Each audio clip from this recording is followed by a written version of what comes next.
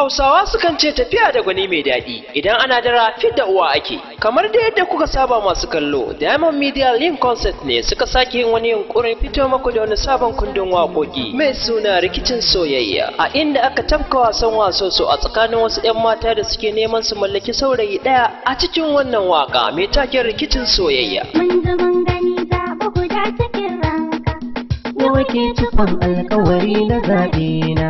mun ji mun gani zaɓi guda cikin rankar habalale. Marhaba sannunku da zuwa ne makula ne, ga 'yan mata kuɗa gaba na zan zaɓa. Ka haska idan ka sarki ga wadda kake so.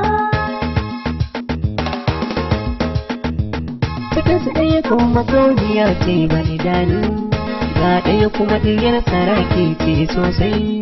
Ko uku kan gidan kuɗi ce ba wasa, tukun ta kuɗin kwata zamo ƴan malamai. Kowa ta sha ado tana son ta ci gasa. Ka haska idan ka sarki ga wadda kake so. Ka haska idan ka sarki ga wadda kake so.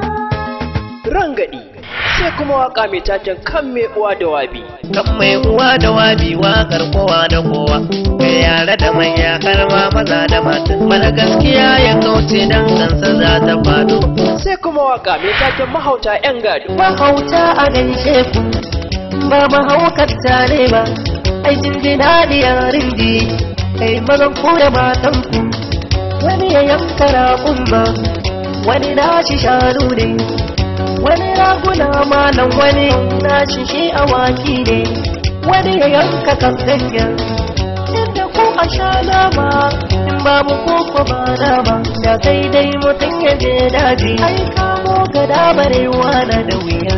Waɗannan da sauran wasu waƙoƙi masu faɗakarwa da nishaɗantarwa duk daga bakin jarumin naku sarki mai Hausa Abdu Boda Katsina.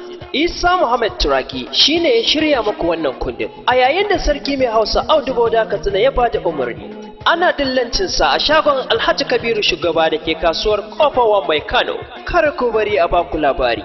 Rikicin soyayya kundin ne mai ɗauke da rikice-rikice na ban mamaki. Ku nemi naku a kasuwa domin ku tantance tsakanin zare da abawa.